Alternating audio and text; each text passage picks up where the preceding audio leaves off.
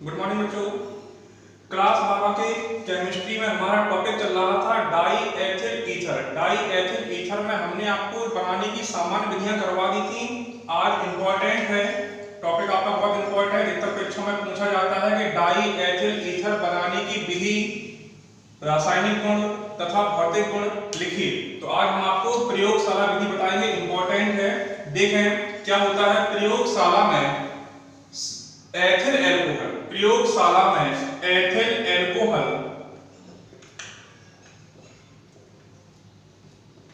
Alcohol को सांद्र sulphuric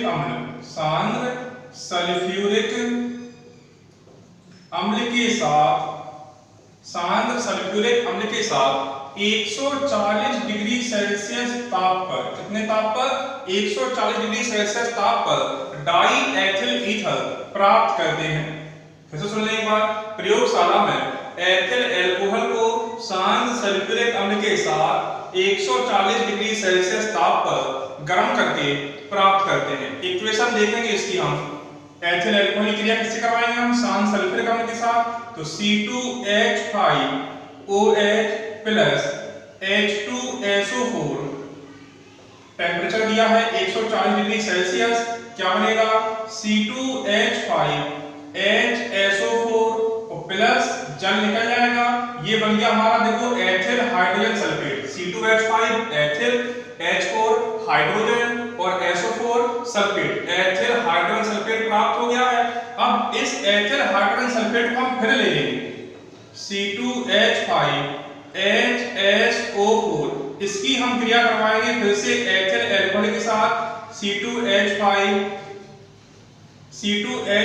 OH से कराएंगे तो हमारा H2SO4 निकल जाएगा। कैसे निकलेगा? देखो, H ये रहा और HSO4 ये है, तो H2SO4 निकल गया। बचा क्या है? C2H5O C2H5 प्लस में क्या निकल जाएगा हमारा? H2SO4। यह जो क्रिया होती है यह एथिल एल्कोहल के आदित्य में होती है।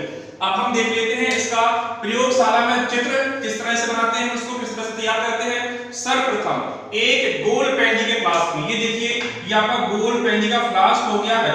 सर्वप्रथम एक गोल पेंजी के फ्लास्क में हम थोड़ी सी मात्रा में एथिल एल्कोहल और सांद्र सल्फ्यूरिक अम्ल ले लेते हैं। ये जो अंदर भरा हुआ है ये एथिल एल्कोहल और सांद्र सल्फ्यूरिक अम्ल का मिश्रण भरा हुआ है। फिर इसको हम बालू ऊष्मक, ये देखिए ये बालू ऊष्मक रखा है, इसमें थोड़ी सी रेत पड़ी है, बालू पड़ी हुई है। फिर इसको बालू ऊष्मक पर बर्नर की सहायता से, किसकी सहायता से? बर्नर की सहायता से हम क्या करेंगे? गर्म करेंगे। इसमें हमारा थर्मामीटर लगा हुआ है जो टेम्परेचर उसको करेगा। हमें टेम्परेचर कितना करवाना है? 140 डिग्री सेल्सियस। तो टेम्परेचर हमारा कितना हो जाएगा? 140 हो जाएगा। और इसमें एक थिसिल कीप की व्यवस्था की गई है। इसी में एक थिसिल कीप भी पड़ी है जहां से हम एथिल एल्कोहल को बूंद बूंद करके धीरे धीरे इसमें हम डालते हैं। तो जैसे ही इसको हम बालू ऊष्मक पर बर्नर की सहायता से गर्म करेंगे तो अभिक्रिया स्टार्ट होगी। अभिक्रिया स्टार्ट होने के साथ ही डाई एथिल ईथर की जो वाष्प है, अभिक्रिया स्टार्ट होते ही डाई एथिल ईथर की वाष्प जल संघनित्र से होती हुई, निकास नली के द्वारा जल संघनित्र से होती हुई, इसमें क्या होता है कि नीचे से पानी जाता है, ठंडा पानी, और ये पानी ऊपर आपका निकलता रहता है, ठंडा पानी होता है। जैसे ही वाष्प, गर्म वाष्प पानी के संपर्क में आएगी तो वह कैसी हो जाएगी? आपकी द्रवित हो जाएगी। और द्रवित होने के साथ ही आपका जो डाई एथिल ईथर होगा वो कहां जाएगा? एक ग्राही पात्र में एकत्रित हो जाएगा। इसमें क्या होता है कि बर्फ के टुकड़े रखे रहते हैं, इसमें बर्फ के टुकड़े रखे रहते हैं और इसी में एक सिंक लगी होती है। क्या लगी होती है? सिंक लगी होती है। सिंक के जरिए जो वाष्प होती है या जो गैसें बनती हैं थोड़ी बहुत मात्रा में, वो इस सिंक के द्वारा बाहर निकल जाती है। फिर से देख लें एक बार प्रयोगशाला समीकरण। एथिल एल्कोहल की क्रिया प्रयोगशाला में, एथिल एल्कोहल की क्रिया सांद्र सल्फ्यूरिक अम्ल को 140 डिग्री सेल्सियस ताप पर कराने पर एथिल हाइड्रोजन सल्फेट प्राप्त होता है। एथिल हाइड्रोजन सल्फेट को पुनः एथिल एल्कोहल के साथ गर्म करने पर क्या प्राप्त होगा? डाई एथिल ईथर प्राप्त होता है। अब इसका देखेंगे हम डायग्राम, चित्र। सबसे पहले क्या करते हैं, प्रयोगशाला में एक गोल पेंजी का फ्लास्क ले लेते हैं, उसमें हम थोड़ी सी मात्रा में एथिल एल्कोहल और कंसंट्रेट H2SO4 का मिश्रण भर लेते हैं। अब इसको हमने बालू ऊष्मक पर रखकर बर्नर की सहायता से गर्म किया।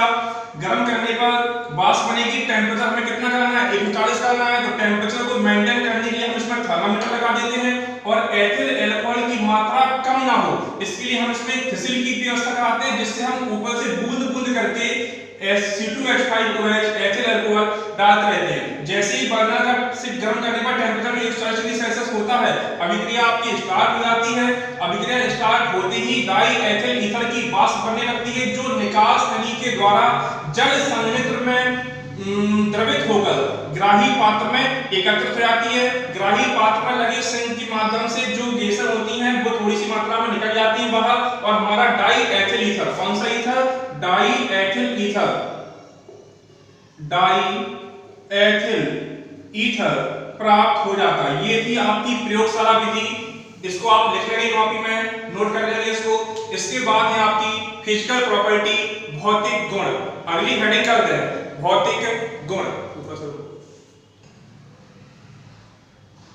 अगली हेडिंग है भौतिक गुण, डाई एथिल ईथर के भौतिक गुण। तो पहला पॉइंट है इसमें रंग। जो डाई एथिल ईथर का जो रंग होता है वो रंगहीन होता है। कहने का मतलब इसमें किसी भी तरह की कोई कलरिंग नहीं होती है। भौतिक अवस्था जो है इसकी वो कैसी होती है? द्रव होती है, द्रव अवस्था में पाया जाता है। आपको प्रयोगशाला में देखा भी होगा आपने, द्रव अवस्था में होता है। क्वथनांक 34.5 डिग्री सेल्सियस। हमने आपको क्वथनांक की परिभाषा पहले ही बता दी थी, एक बार फिर सुन लें। वह न्यूनतम ताप जिस पर कोई द्रव उबलने लगता है, वह न्यूनतम ताप जिस पर कोई द्रव उबलने लगता है क्या कहलाता है? क्वथनांक कहलाता है। तो 34.5 डिग्री सेल्सियस ताप पर जो डाई एथिल ईथर होगा वो उबलने लगेगा। अगला पॉइंट है चौथा, त्वचा पर डालने पर ठंडा अनुभव होता है। जैसे कभी लैब में हम लोग प्रयोग करते हैं और त्वचा के ऊपर अगर ये डल भी जाए तो कोई साइड इफेक्ट नहीं है इसका। त्वचा पर गिरेगा तो आपको ठंडा महसूस होगा। इसमें जो गंध होती है वो मीठी गंध होती है, डाई एथिल ईथर की स्मेल अच्छी आती है, मीठी गंध होती है। इसकी वाष्प सूंघने पर, इसकी वाष्प को सूंघने पर निश्चेतना आती है। अब ये समस्या आ गई कि निश्चेतना क्या होता है? तो निश्चेतना को हम कहते हैं बेहोशी।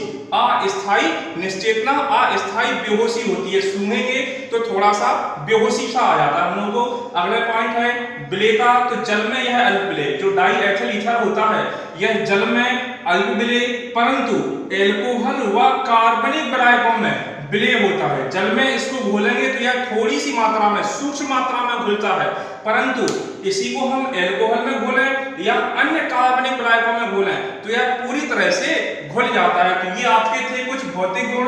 किसके भौतिक गुण है? C2H5O C2H5 के। नोट कर लेंगे इनको।